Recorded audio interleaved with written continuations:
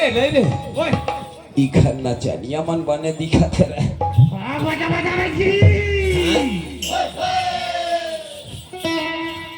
फिर मोर मन नहीं आई ऐसे देहू पाला छोड़ के हां देहू पाला छोड़ के अब गौरव ताल मिलाई छो